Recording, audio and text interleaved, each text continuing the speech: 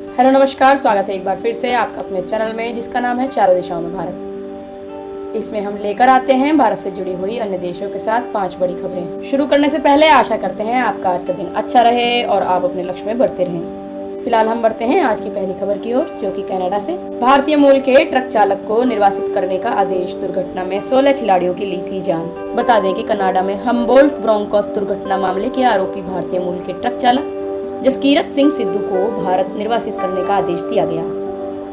Calgary में आव्रजन और शरणार्थी बोर्ड की सुनवाई में शुक्रवार को यह फैसला लिया गया।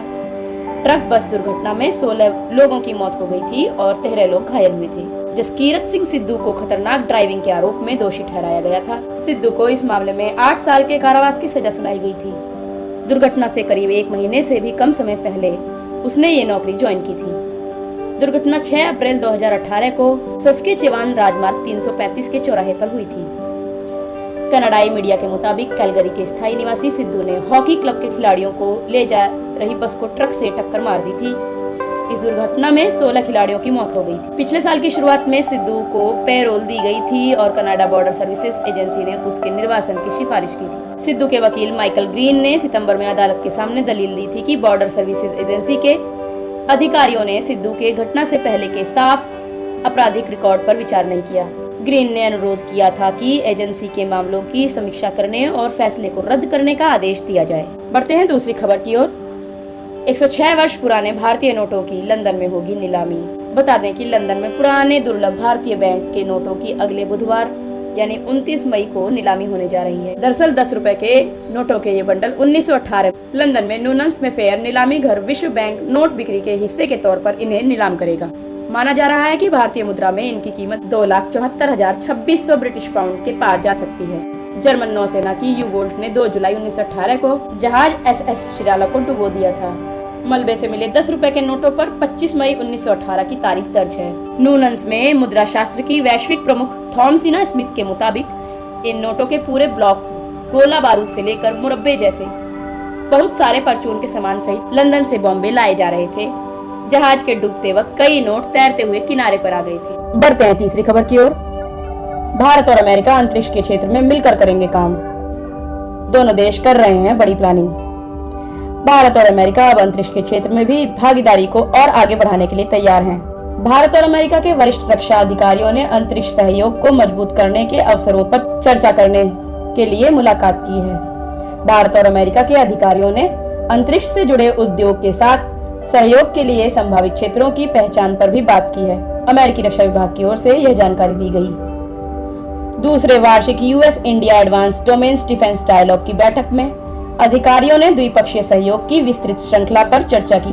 अमेरिकी दल का नेतृत्व अंतरिक्ष नीति के कार्यवाहक सहायक रक्षा मंत्री विपिन नारंग ने किया और भारतीय प्रतिनिधिमंडल का नेतृत्व भारत के अंतर्राष्ट्रीय सहयोग के संयुक्त सचिव विश्वेश नेगी ने किया। रक्षा विभाग की प्रवक्ता कमांडर जेसिका एंडरसन ने कहा कि इस वर्ष के संवाद के दौरान नारंग और नेगी ने अंतरिक्ष सहयोग को मजबूत करने के अवसरों पर चर्चा की और अमेरिकी उद्योग के साथ सहयोग के लिए संभावित क्षेत्रों की पहचान की। बता दें कि हाल ही में भारत में अमेरिकी राजदूत एरिक गारसेटी ने जानकारी देते हुए कहा था कि अमेरिका इस वर्ष के अंत तक एक भारतीय अंतरिक्ष यात्री को अंतर्राष्ट्रीय अंतरिक्ष स्टेशन पर भेजेगा। उन्होंने कहा था कि अमेरिकी अंतरिक्ष एजेंसी नासा और भारतीय अंतरिक्ष अनुसंधान संगठन यानी इसरो के बीच NISAR यानी निसार परियोजना के तहत एक संयुक्त मिशन को भी इस वर्ष के अंत तक शुरू किया जा सकता है। बढ़ते हैं चौथी खबर की ओर। आर्टिकल 370 पर भारतीय सुप्रीम कोर्ट के फैसले से बौखलाया पाकिस्तान।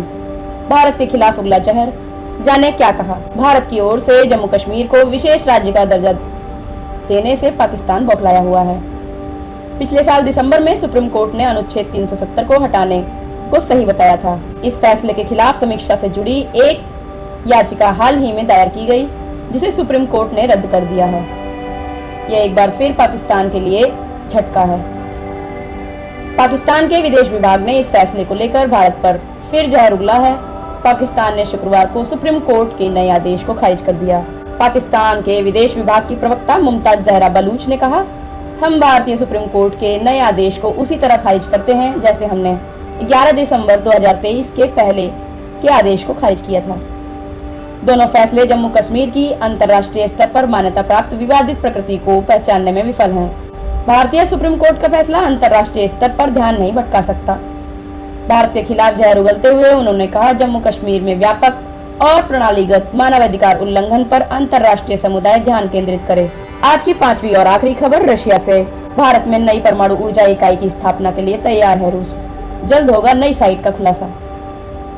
बता दें, रूस ने कहा कि वह परमाणु ऊर्जा के क्षेत्र में भारत के साथ सहयोग के विस्तार के लिए तैयार है। इसमें भारत में एक नई जगह पर उच्च क्षमता वाली परमाणु ऊर्जा इकाइयों का निर्माण भी शामिल है। बृहस्पतिवार को परमाणु ऊर्जा विभाग के सचिव अजित कुमार मोहंती ने रूस के रोसाटोम राज्य परमाणु ऊर्जा निगम के महानिदेशक एलेक्सी लिकचेव से मुलाकात की। दोनों देशों के बीच परमाणु ऊर्जा सहयोग को आगे बढ़ाने के तरीकों पर चर्चा की गई। रोसाटोम में दोनों पक्षों के अधिकारियों ने रूस में टॉमस्क क्षेत्र के सेवरक्स में बनाए जा रहे pilot demonstration energy complex PDEC का दौरा किया। लिकचेव ने बताया कि संयुक्त यात्रा के दौरान परमाणु क्षेत्र में रूसी भारत सहयोग के संभावित क्षेत्रों पर विस्तार से चर्चा हुई। उन्होंने कहा कि शांतिपूर्ण उद्देश्यों के लिए परमाणु ऊर्जा के उपयोग के क्षेत्र में भारत के साथ सहयोग के विस्तार के लिए तैयार है रूस। इसके तहत सबसे पहले भारत में एक नई साइट पर रूसी डिजाइन की उच्च क्षमता वाली परमाणु ऊर्जा इकाइयों का क्रमिक निर्माण किया जाएगा। इसके बाद भूमि आधारित और अस्थायी कम बिजली उत्पादन परियोजनाओं का कार्यान्वयन, परमाणु ईंधन चक्र क्षेत्र में सहयोग और परमाणु प्रौद्योगिकियों के गैर ऊर्जा अनुप्रयोगों के क्षेत्र में सहयोग भी शामिल है। हालांकि रोसाटोम ने यह नहीं बताया कि भारत में नई साइट पर किस प्रकार के परमाणु ऊर्जा रिएक्टर बनाए जाएंगे। पिछले हफ्ते विदेश मंत्री एस जयशंकर सर ने कहा कि भारत रूसी परमाणु रिएक्टरों के लिए अतिरिक्त साइटों की तलाश कर रहा है। रूस और भारत कुंडलकुलम तमिलनाडु में 1000 मेगावाट के 6 परमाणु रिएक्टर बनाने में सहयोग कर रहे हैं, जिनमें से 2 चालू हो चुके हैं। आशा करते हैं आपको हमारी न्यूज पसंद आई होगी। कल फिर हाजिर होंगे 5 नई और बड़ी खबरों के साथ। तब तक के लिए धन्यवाद।